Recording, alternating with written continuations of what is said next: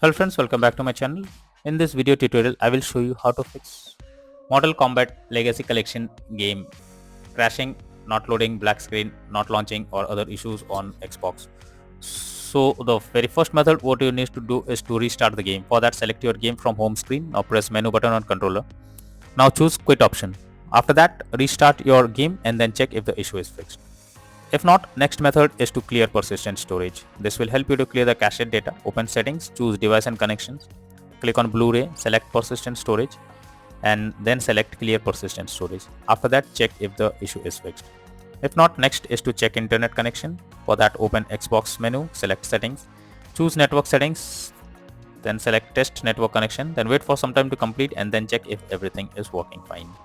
If not, next is to perform a power cycle. For that, press and hold Xbox button for 10 seconds unless it gets switched off.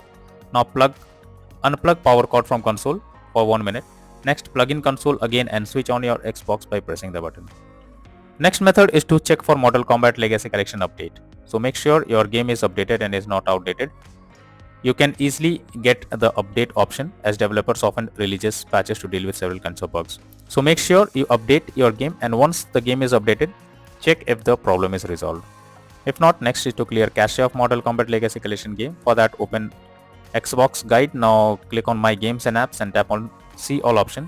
Here search for Mortal Kombat Legacy Collection, then press menu. Now choose Manage Game and Add-ons, then tap on Save Data. Then click on Reserved Space and finally tap on Clear Reserved Space. Next method is to remove and re-add account. So press Xbox button to open guide. Now click on Settings under Profile and System. Next go to Account. Then click on Remove Accounts. Here choose the account to remove.